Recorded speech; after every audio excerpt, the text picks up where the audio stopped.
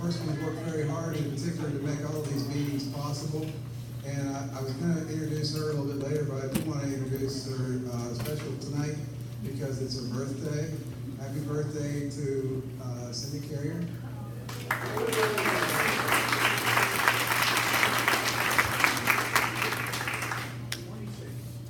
Tonight we're joined by a lot of folks from the Office of Planning and Zoning and from other agencies. I want to recognize them. From the Office of Transportation, Tanya Asman. From the Environmental Policy Director, Matt Johnston. Thank you, Matt.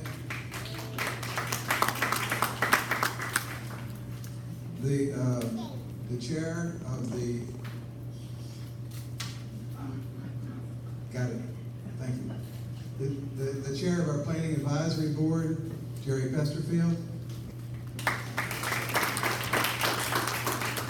We have several members of our Citizen Advisory Committee with us this evening. Elizabeth Rossborg, Chair, Kate Bauer, Melanie Hartwig Davis, Anthony Brent, and Pat Hooker. Thank all of you. The work of the serving on the Citizen Advisory Committee is a very important one, and these folks have already fought hundreds of hours, I would think, with the documents that they've read, the meetings that they've attended, particularly Pat. I don't think she's missed more than a few of these. Thank you for that. Also, we're joined tonight by your councilwoman, Jessica Hare.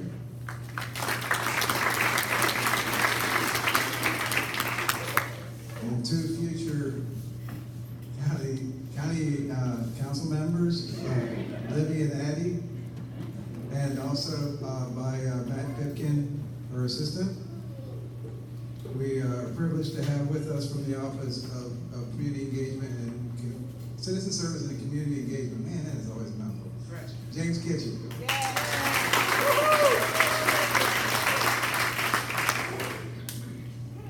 And folks from the Planning and Zoning Office who have been logging a lot of hours to make these meetings possible. As I noted, Cindy Carrier, Jean Tinsley, Holly Tompkins, Dawn Ziegler, Mark Wildonger, Holly Simmons, and Rick Fisher. Thank you all.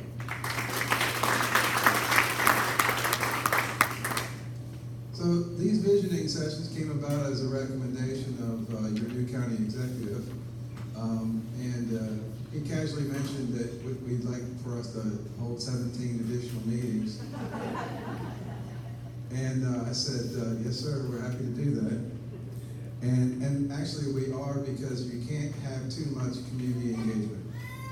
And they have been very valuable to us in gaining further information and further input into our planning processes.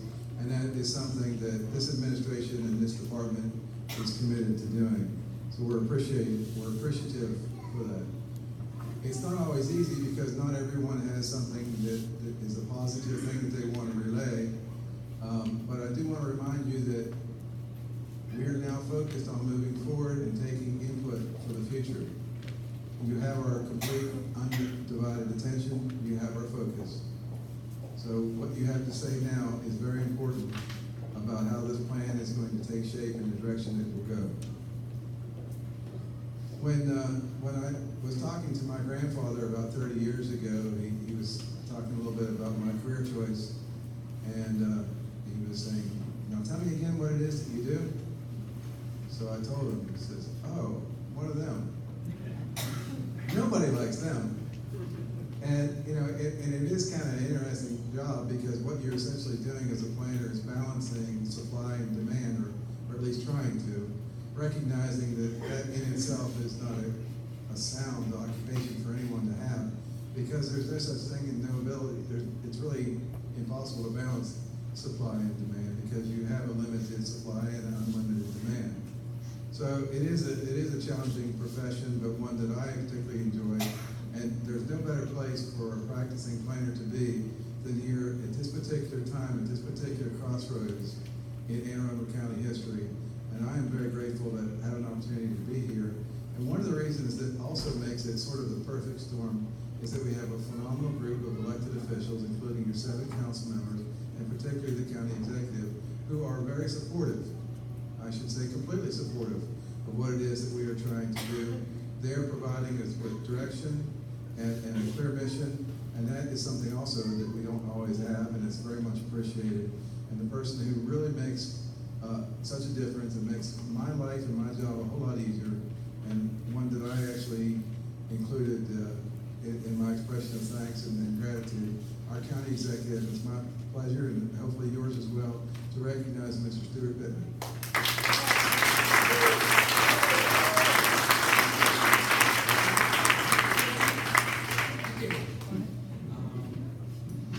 If you don't mind, can I mess with your agenda a little bit and invite both Jessica Hara and Sarah Elfrith up? I didn't ask you, Jessica. I did ask Sarah. We're really lucky. We're really lucky with the representation we have, both with Jessica on the council for District 7 and Sarah as your state senator. Sarah was actually the freshman senator of the freshman of the year. She's got so many great bills passed. But I just want to let them each say something, especially tell us what you got passed. Good evening, everybody. Thank you so much to the county executive for letting me sit in and listen. Such a large part of our jobs is just to kind of shut up and listen and not be your traditional politicians. And I think we've done a good job of that as a team, regardless of party affiliation. I serve on two bodies that I think are very relevant to the county executive in this community. I serve on the Senate Budget and Taxation Committee, so the Money Committee, and I serve as one of two state senators on the Chesapeake Bay Commission, so Pennsylvania, Maryland, Virginia's Commission on Saving the Bay. So a lot of our work has to do with balancing the budget, but also making sure that we're investing in the greatest natural resource we have and that we're so privileged to be surrounded by on an everyday basis. I think the bill that is most important to this group that we got passed this year is an environmental violations bill to make sure that we're actually tracking the sediment erosion and Chesapeake, sediment erosion and other environmental violations that we know to be plaguing our communities, and that's kind of the first step. We're going to track it, we're going to make it publicly available, so it's not a report that comes to me in my desk, it's available online so anybody can look at it, and then from there we can figure out what next we need to do to make sure that we are stopping these violations.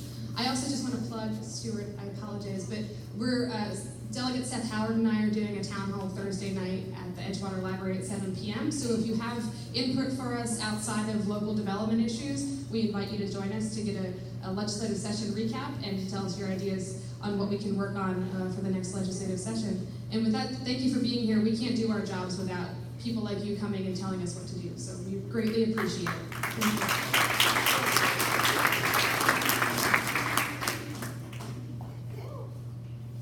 Good evening. Thank you so much for being here. You can tell my kids are very excited about the general development plan.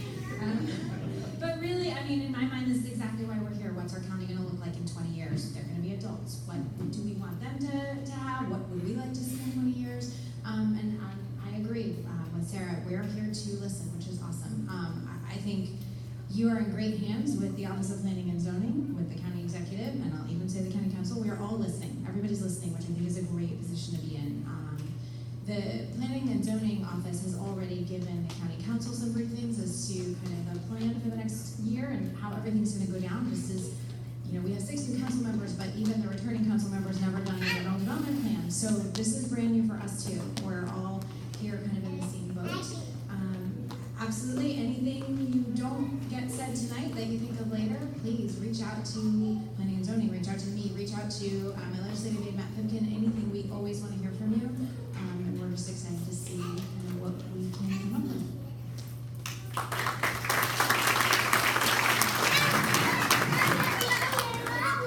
So,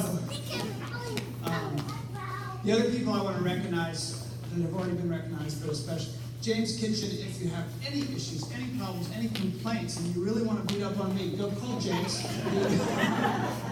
He works out of our office, and he's doing an amazing job because he knows his community well. And he's a bit of a bulldog. When he wants to win, he digs his teeth in, and he's always on the community side. So James is a huge asset to us. And then Matt Johnson over here in the back is our new environmental policy director, who's also a Mayo resident, and you probably know him. And he's been really great too. A lot of the legislation that we're putting forth that is to support the environment is because Matt put it together. So a few things I want to say. I'm mean, I'm here to listen as well, but I've been listening, and I've been listening to the neighbors of the Mayo Peninsula in particular from long before I even thought that I would run for this office, back when there was some legislation that we were working on. And I, as a South County guy, and Mayo, as where I used to go to swim and hang out, I felt like we were always connected. And so I look at Envision Mayo, the document that you all put together as neighbors of the Mayo Peninsula, and that really inspired me. It probably, really, to be honest, inspired me to run. Neighbors of the Mayo Peninsula and the Growth Action Network and all the community organizations around the county that were saying, the development is getting a little out of hand in a lot of places, and we got to direct it, and we got to make sure that it's not reckless and that we have the infrastructure that we need. And the fact that you all were organized and a lot of other communities were organized made me think, well, there's a base here from which to run for office and make some change. So thank you for that.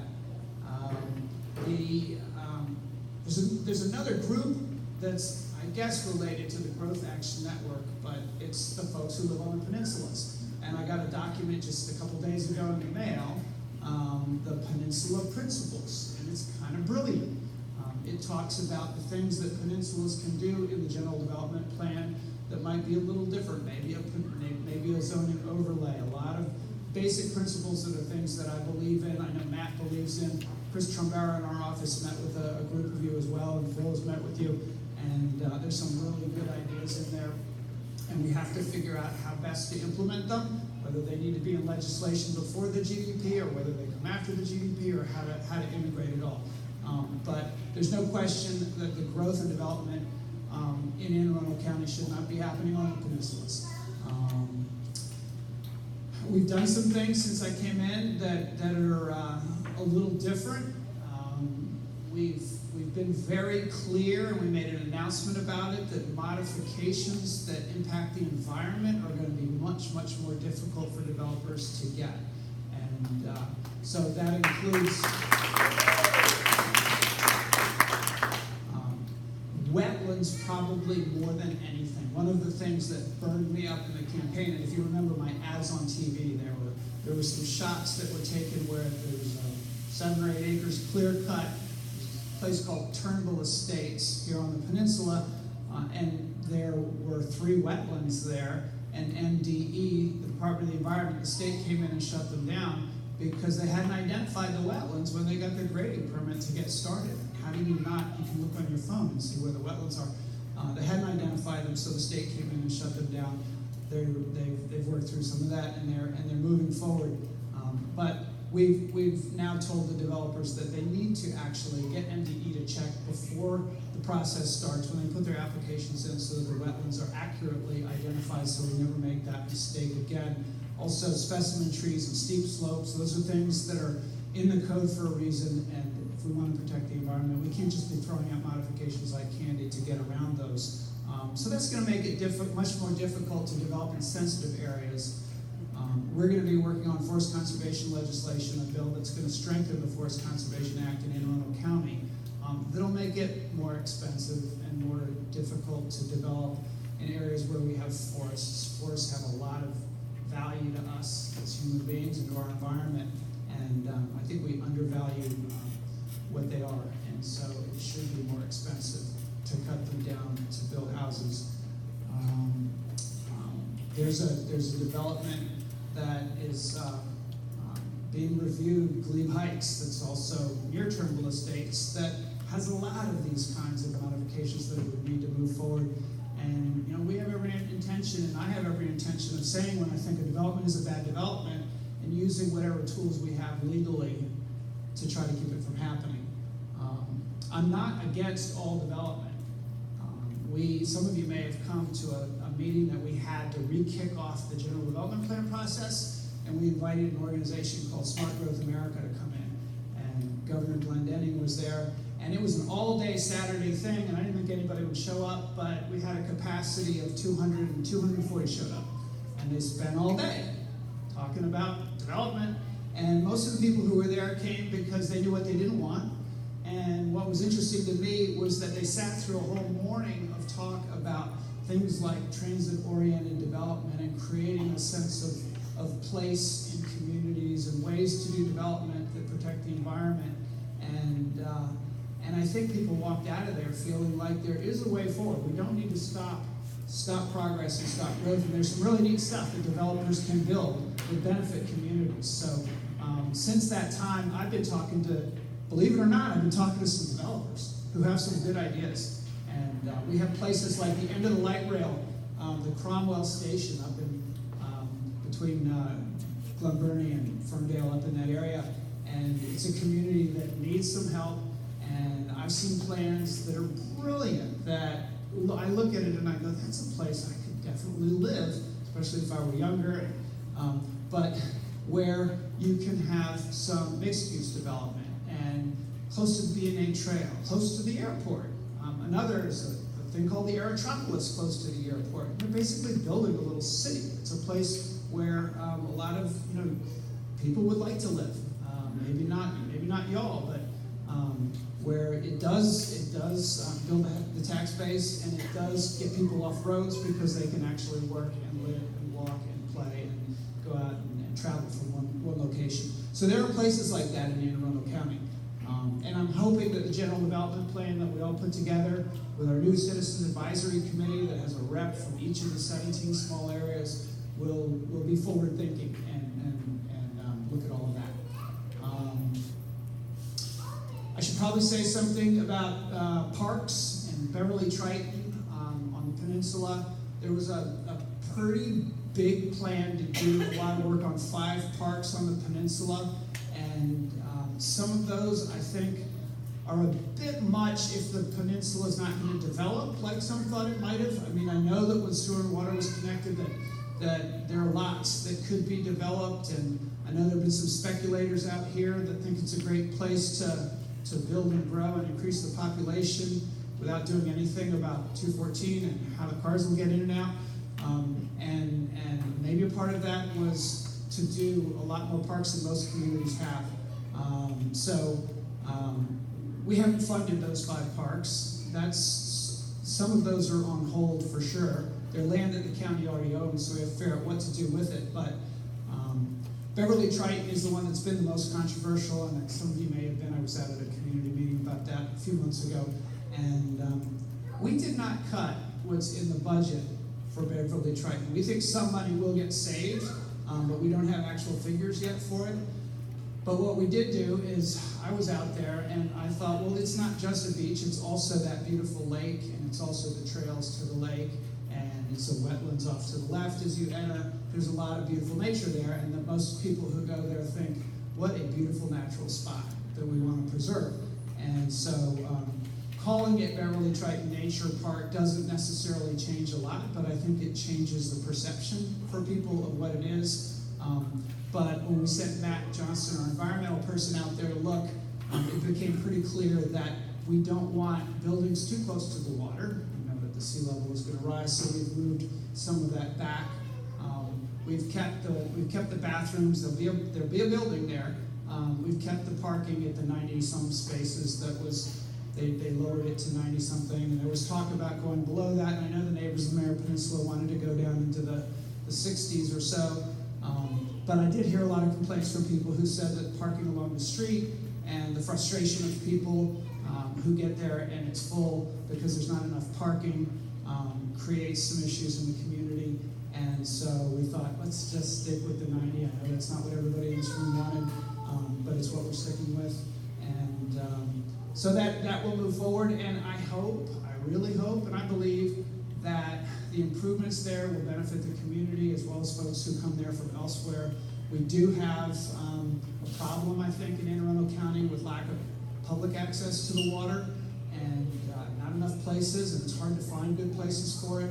And I'm actually meeting with folks who are interested in that tomorrow, and I'm getting heat from them, and I'm getting some heat from you all. But I really think that what we're doing at Beverly Triton is going to it's not going to increase traffic significantly, I hope, because we've got to deal with that. We haven't yet fixed the problems with access with Central Avenue. We have the corridor study that you all are commenting on, and I know we're going to have to invest in that.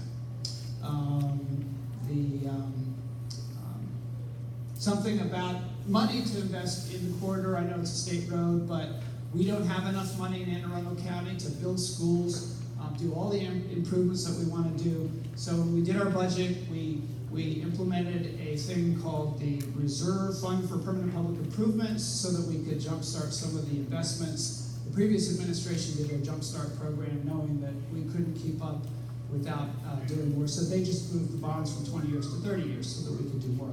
What we've actually done is, unfortunately, we're taxing you. We're increasing the income tax by 0.1% that would go into this fund that will make it possible for us to do what we have to do with schools. It's basically catch up for all the the growth that happened so that we can serve the population that we have. But we think it's a fiscally responsible thing to do, and we're hoping that that will provide some of the money that we need to do some of the work on the roads. So, yeah, we got to. It's really just kind of simple math. So, I feel like now that we got a budget through and a budget approved, that the next thing we have to do is work on this general development plan. And it's definitely the most important thing that I'll do in my administration, my time in office. And I don't want to see Anne Arundel County become a city. We worked hard in South County to keep the development from happening. Some wanted Route 2 corridor to have sewer and water and to be, the next big development area, and that could easily happen had people like you not stood up and said no. I hope that everybody else in the county does as good work as the neighbors in the Mayo Peninsula and makes their voice heard. So we're going to continue to listen and continue to fight for what's right. We are going to limit campaign contributions from developers when they have applications pending. It's a controversial thing to do, but I think that even though developers have good ideas, we work with them, they make beautiful stuff, I don't think that they should have as much power as they have had in terms of legislation in the county. So with that, we'll start.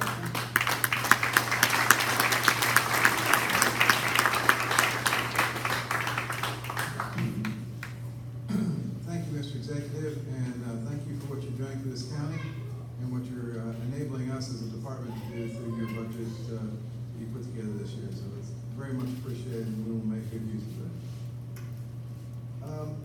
Tonight's format for this part of it will follow the same format that's been followed at our previous 13 meetings.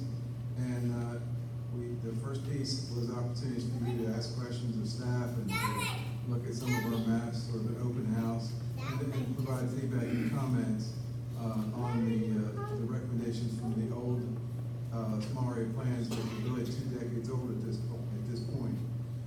Moving forward from this point for the rest of the meeting, we will have a facilitated discussion where we will be asking you to verbally provide us with feedback about what's on your mind and what's important to you. And we're going to be doing that through the assistance of our chair of the Citizens Advisory Committee, Elizabeth Rossford. And it's my pleasure at this time to call on her for that purpose.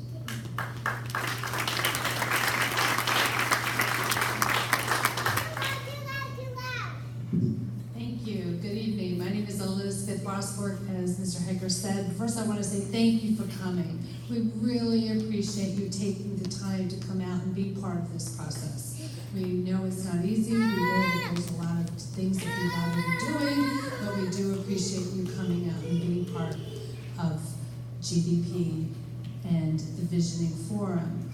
We are all volunteers on the Citizens Advisory Committee for this year-plus process, and we appreciate that you have volunteered and come out here this evening. A couple footnotes.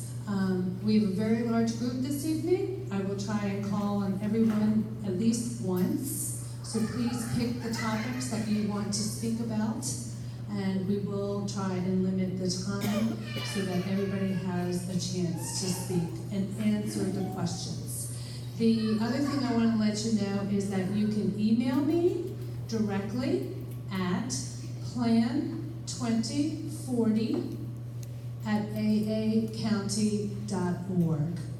It's plan2040@aacounty.org. So If you choose not to speak, or we run out and it gets a little late, you can always email me and let me know your thoughts. I promise to answer each and every one of you. The other thing is, this is not your last opportunity. We will be able to have a draft of what we come up with, and we will be coming out, and so that you will be able to comment on that as well. Everything that we do this evening is available online. I do need to let you know we are being taped. You will be on video. You will be able to see yourself online. It will be posted on the county website, aacounty.org. Under Planning and Zoning is the first tab that says Plan 2040. We talked about transportation. Right now there is the Transportational Functional Master Plan, which is also online, aacounty.org. Under the departments, transportation is the first tab. It's called Move and Arundel, and you have the end of the month to make comments about that. So we know traffic is an issue. We would love to hear your solutions. We want to hear your suggestions. We want to hear from you and how you think that we can make a better plan for our transportation options. So, first question this evening. Why did you choose to come and live in Mayo? Why did you come here? I can help you. Edgewater Mayo. It's Riva, Edgewater, Mayo. All three of them. Why did you come to choose to live in this area? I'm not going to help you. I know some of the answers. Yes, ma'am. This is rural atmosphere. The rural atmosphere. I'm going to repeat some of these so that we can make sure that those people who are watching can hear. Rural atmosphere. What else did I hear? I think I heard water access. Water access, peace and quiet. Voters. Schools. Yes, ma'am. Preserve forest. And friendly people. Safe. It's safe. Many generations. Many generations. That was what I was going to say. I know some people have family who were raised here and decided to stay here. So we appreciate that. We're glad that you decided to stay. And I want to let you know that all this is being documented, so please work with me on this. As you can see, Mark is taking great notes for us. Don is videotaping and it will be posted online. So I wanted to make sure you all know that. So, okay, what has changed in the last 15 years? Traffic. Okay, we got that done. Done. Okay, like I said, number one issue in every single visiting forum. Reduction of forest and natural habitats of the animals. The destruction of forests and natural habitats of the animals.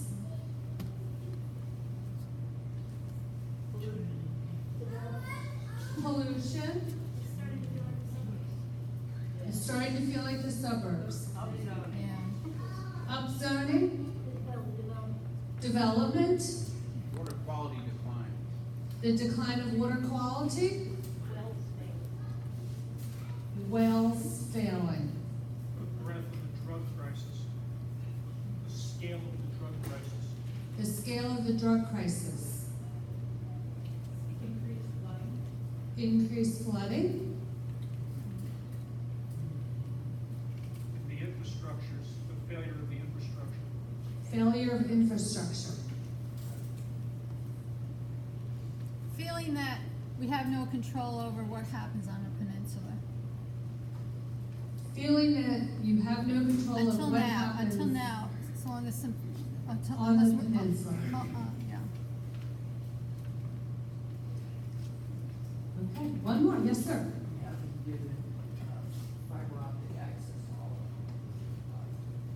You have been given fiber optic options to all the homes, which is a positive. Thank you, sir. We appreciate that. Any other positives? Better schools. I love it. Thank you. greater diversity of the population. Greater diversity of the population. Thank you. An engaged community. An engaged community. Good. We appreciate that. So true. A county executive that listens.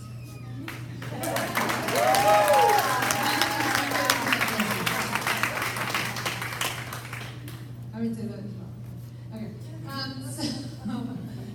Okay, a little bit further down, Mark. Next question is, what needs improvement? Okay, let's just cover right now. Transportation. Done. Okay. Move on. What else? Firehouse. Firehouse.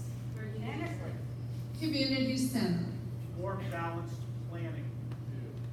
More balanced planning. Water quality. Needs improvement. Transparency of building and development. Transparency. Water quality. Air quality. Public transportation. Air quality. The use of Stormwater management. The good news is there is progress on that. Better controls over zoning variance. Better controls over zoning variances. Good news is there's improvement on that too.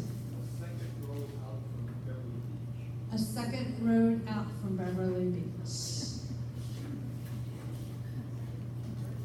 Roads that are safer for Hiker biker safety.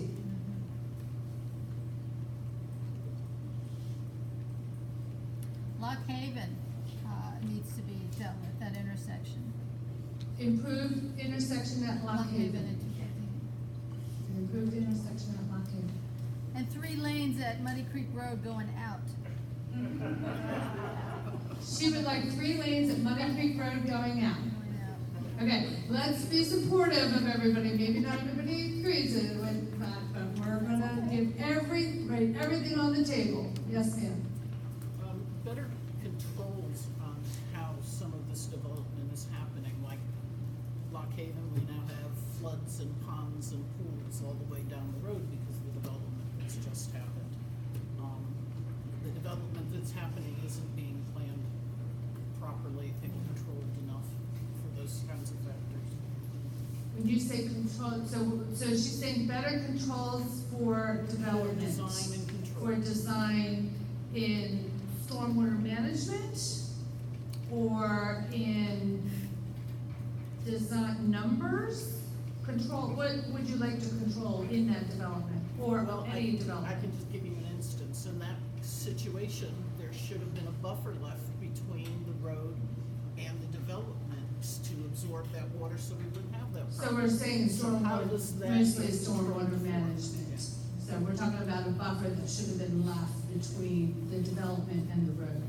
And that would have helped with the stormwater management. public water though. Needs improvement, public water. Your water in general. In my house. Water. You need, you're talking about for the wells and better static wells, public water to personal homes. Sorry, I was thinking water, I was thinking Chesapeake. Giving developers less control over the process. Needs improvement to giving developers less control over the process.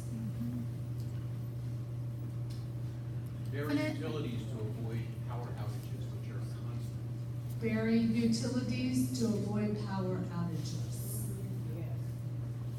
Financial aid or advice for people that have to build wells because of overdevelopment, because the well dries out and they have to build another one.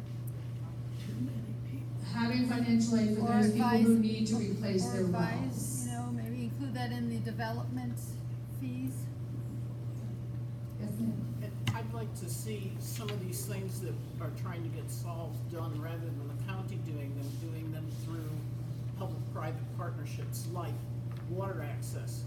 There are 15 at least. And that agreements. is being worked So on, sell believe me, package yes. that the county negotiates Yes. rather than. We have recognized that with some of the marinas and doing more public-private partnerships in general. And she specifically was saying as an example with water, having the water, increase in water access through public-private partnerships as an example, but do more throughout the county. So we appreciate that. Okay, and what should your, I'm sorry, yes, sir? quicker response from the schools based on population density. A quicker response from the schools based on population density. They know more people are moving in, they need to move quicker to develop more classrooms and redesign schools to get them up to par so that when the people arrive, they're ready for them. He's saying that knowing that more people are coming, that they need to be more proactive and have those classrooms available for them and be proactive versus being reactive. I hear mumbling. Yes, ma'am. Just one more, I don't know if it's already covered. More staffing and backbone in regard to permitting and enforcement. More staffing and backbone in regards to permitting and enforcement of environmental issues.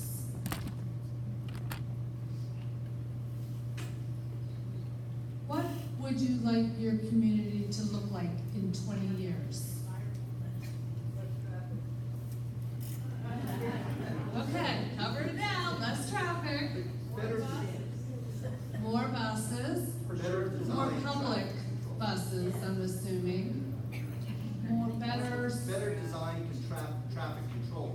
Better design for traffic control. Okay, make sure you make those comments when you fill out the forms on that. We'll have to And Arundel, increase police, a community center. And we've talked about this in some of the other visioning forums. Community center and youth center together so that we can help each other. Preserve the rural character. Preserve the rural character. Yes, ma'am. More trees. Yes, sir. A park and ride. That's true. We have to make a safe park and ride and have access to get on the bus. So park and ride east of Lock Haven. East of Lock Haven. Sorry, east of Lock Haven. Implemented Vision Mayo. Implemented Vision Mayo. Yes, ma'am. Seagrass is restored to our beaches and beach waterfronts. More living shorelines, beach grasses that they return, which is along with the improved water quality and everything else that goes along with it. So we have an increase at the limit of the waterways. Yes, ma'am. Hoping we have a community that understands the high cost of low taxes. Have a community that understands the high cost of low taxes. I'd like to see us become a national model for balancing development and the environment. Become a national model for balancing development and the environment. Yes, ma'am. Limiting impervious surface when they put up these 90. Limiting impervious surface. Sorry, pervious surface. They can do that. To limit pervious surface. no, I said impervious. Impervious. I thought you corrected me and said pervious. I'm sorry. Excuse me. I was wondering about that one. not I'm allowing putting clear everything cutting. down for you. Not allowing clear cutting for development. No more clear cutting for development, and that is coming, and there will be improvements on all that, as you heard. So, we've already done that. Okay, think big. Think grand. Think outside of the box. You're giving me the basics. Yes, sir. I want to think about something. Okay, how would you like to? We have been informed that Peninsula can accommodate 630 new homes. Plus development already in the pipeline, so maybe potentially 700 new homes. We don't know if that's the right number. We would like to think big and say, what capacity does the peninsula have in terms of water quality, forests, streams, stormwater, and transportation? Until there's a comprehensive land use plan for the peninsula that accounts for all of these variables, we don't know if 700 or 600 or 300 or 100 new homes on this peninsula is the tipping point. And I think that that's part of what we're going to do with the DOT. We need to make sure that we take that land use and address it and think of all those other restrictions like we talked about, which is part of the peninsulas. And the Because they second, do and have, the second point on this is that we will volunteer the Mayo Peninsula and our neighbors group to pilot that comprehensive land use planning process on behalf of the county. So if the county is interested in figuring out how to do this, we'll be glad to be the guinea pig that sorts through the process and will make that offer to the county. thank you. Yes, sir. Individual community character, we don't all need to be exactly the same all around Anne Arundel County. Individual community character for different areas throughout the county. So, could I just make one comment on capitalizing on what Matt just said? Just want to correct one thing you said, and I know you didn't mean to say this, but you talked about constraints when Matt talked about the environment, about water quality and trees and other things. We think that should be the focus, since our priorities are quality of life, water quality, open space, etc. Those should be the determining factors in deciding how much development should occur. They should not be viewed as constraints. I'm sorry. No, that's right. One of the things everybody talks about, one of the things that drew a lot of people here was the access to the water, the environmental concerns for the bay. I think one of the things I'd like to see in 20 years is the educational system here focus to create people who can specialize in that, to essentially tie the education and the environmental sciences. I mean, to take Beverly Triton and create a summer intern process for high schoolers to learn about park management, environmental management, Horseshoe Crab County, whatever, but build that education into the environmental sciences. Build the education into the environmental sciences right here in our own schools, in our own backyard. Since we're already here, we can promote it and make sure that people are educated and being able to protect it. Yes, ma'am. Yeah, CERT program is going to make more use of the interns that are down there, and it's science is being done there now. We have the CERT program already in place and we need to utilize it more efficiently. For the Smithsonian, right? CERT, yes, environmental, Smithsonian Environmental Research Center, excuse me. So, and we already have that in place and we need to utilize them more. Yes, sir. Keep it as rural as possible. Keep it as rural as possible. Yes, sir. The two people and the people here are gonna get boats and more boats, they're gonna need a place to park. Because people will get more boats, we need more marinas so that they have a place to park. Use Beverly Triton Nature Park for environmental education, make it the Arlington Echo of Central Anne Arundel County. The Beverly Triton Nature Park would be to use it as the Arlington Echo of South County. And education, providing more education by using that park that we already have here. I see a hand up. Yes, sir. Moving towards performance-based codes instead of prescriptive-based codes. Move towards performance-based code versus prescriptive-based codes. Institutionalize this kind of involvement in county planning. Make this continue and institutionalize this part of involvement in county planning. And one of the big things that we've talked about is to make sure that this GDP continues and is enforced and is followed through on it. Excuse me, I didn't mean to say enforce either. But we need to make sure that it just doesn't go and sit on the shelf. That we continue, even once it's, has been adopted by the county council, that we make sure that it happens.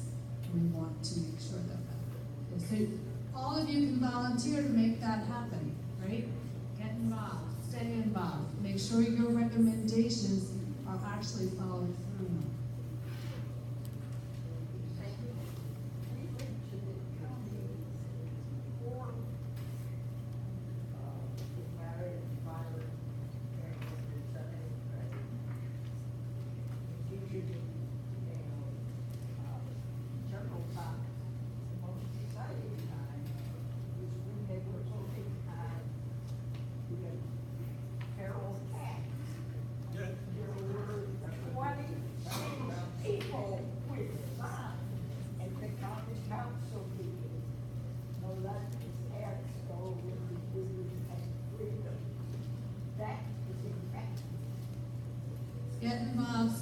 go down to county council and make it known, your vision, because going down there is effective. She's been there, she knows. So, yes, sir. If it places strong code enforcement, planning and for building. Strong code enforcement for planning and for building. So enforce the code. Have the positions in place to do that. Have the positions in place to do that. And we have improved that with this new budget. We do have more people that are here. Yes, ma'am. I'd like to see the peninsula overlay reference the Activate the peninsula overlay that's been suggested. What about the plan for South River Farm Park? Really rethink it so that the park is preserved? South River Farm Park, we looked at and tried to preserve it. Identify if any, commercial, land is gonna be developed on the peninsula. Like, you know, the old Johnson, lumber yard, is that gonna become a strip mall or something like that? Okay, we're thinking 20 years in advance. Yes, And 20 you're years. asking now to identify any commercial development. Well, to really, have, put before the community members if that's appropriate. To have any potential community development be publicized. Commercial development. Commercial development. Incorporate opportunities for renewable energy, in particular solar, on the peninsula to help support some of the energy needs. To use renewable energy, particularly on the peninsula, we are fronting solar and others, and use them on the peninsula. What about the revitalization? Revitalizing, using spaces, no, don't have any of that here? You don't have any empty spaces on, okay, good for you. They're covered in trees, they want to put houses beside it. Revitalizing? No, yeah, we should have. Revitalizing, okay, sorry. I don't live We don't have on a the. band building. Good for you. I've done, this is, as we said, we have 2 more left out of 17. So remember, I'm visiting. So, Develop a resiliency plans where that the county can appropriately address everything from rising waters to heat indexes to other climatic conditions. develop a resiliency plan so that the county can address various climate changes thing that goes through that. I want to address your revitalization issue. Yes, sir. Revitalizing. Here is an example, I think there are several, where we could use land more efficiently, what's already developed, like concentrating growth and development in those areas that are already cleared and paved. Use the current land more efficiently. Instead of trying to create something new, let's use what we already have more efficiently. Yes, ma'am.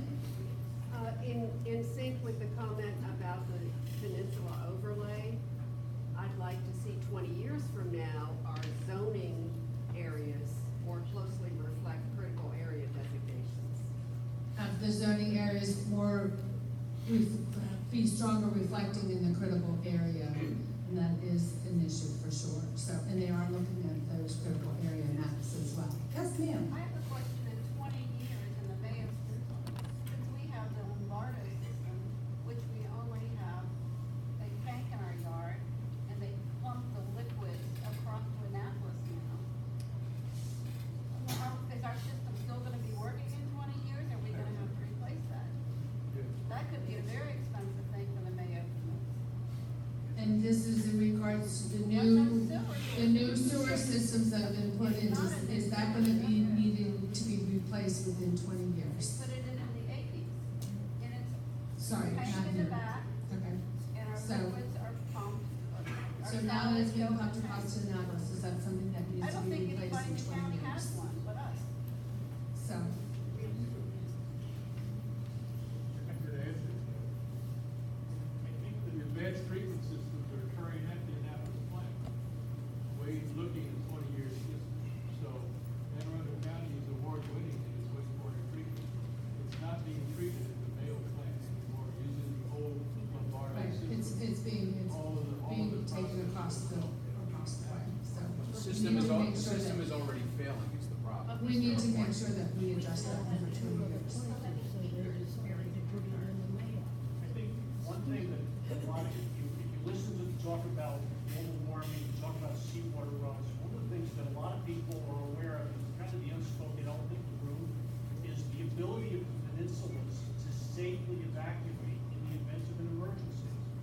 The essential disaster plan for Anne Arundel County for the peninsula is a shelter in place. There's no way 8,000 people can safely get off this peninsula or Annapolis Neck or Broad Neck in an emergency like In hurricane. the case of an emergency, safe evacuations, An effective disaster. and having an effective disaster plan. What she's trying to say about our sewer system is enough flow of skills. And underwater smoke in 20 years is pretty good money. Something we need to think about, that's true. And who's gonna pay for it? And how are we gonna pay for it? Exactly, so. Well, thank you, I appreciate this. This is not your last opportunity, obviously. You will have a chance. You can email me directly, as I said, at plan2040@aacounty.org. And we will come back with a draft plan as well. You have 2 representatives, Anthony and Melanie, who are representing you from this area, from Riva, Edgewater, and Mayo. We encourage you to talk to them if you don't want to talk to me directly. And I appreciate you all coming. Please keep in touch, and thank you. Have a great night. Take care. Stuart wants to close out. Just one quick thing, somebody said something about institutionalizing the small area planning so that it continues and it's not just a one meeting thing before the GDP. And actually it's in the county code now that after the GDP, we do a much more serious, much more involved small area planning process. And we've been trying to figure out how to institutionalize this around the county. So you got that, we're gonna do that. But Matt, is there anything you want to say that we've missed as our environmental policy guy? I just want to thank everybody for all your comments about forests. I hope you make the same comments to the county council in a few months. Okay, and Anthony Brent, do you want to say something as chair of the Neighbors of the I am your representative to the CAC. And looking at this list, I think you all hate me because there is a lot of work. So, my job, from my perspective, is to be your conduit to the county to try to make sure that we're balancing all efforts that are going forward, from development to traffic to water access to environmental concerns. And yes, I live on the Mayo Peninsula and I understand the concerns about the sewer system. And yes, I get it because I have the turtle in front of my house as well. So all of these concerns, if you have direct comments that you want to send to me, you can get a hold of me. My email address is abrent71@gmail.com. You can drop me a line at any time and I will respond. And my job, again, is your conduit to the county through the, for the general development process. So, A. Brent. Yes, ma'am. Yes, sir. I'll come by and look to you. And I also want to introduce Melanie. She is the second one at large member on the committee. Do you want to say anything? She's coming to talk. Make sure you please sign in. If you have not, please make sure you sign in and your email address will be updated and so that you will receive any other notices about future meetings for the Mayo Peninsula. We appreciate it. It's right at the front desk here, so make sure that you sign in. Yes, Mel. Thank you. Thank you all again for coming. My role on the CAC is as an at-large member, and I represent the environment for you. And thanks to Mr. Stuart Pittman, he saw that need. I'm on the board of directors of the Maryland League of Conservation Voters, so I work on a state level at state policies. And we have a really active and great partnership here on a county level. with our new environmental policy director here, and with Sarah Alfred from the state and the Senate, and others. So thank you very much. As the lead accredited architect, I bring to this a whole nother level of how can our buildings, how can we incentivize carbon neutral buildings, and how is that going to help us with our keeping our forests and the forest ecosystem services that they provide. So again, you can also reach me. My email is Melanie, my first name and my last initials, MELANIEHD at hd2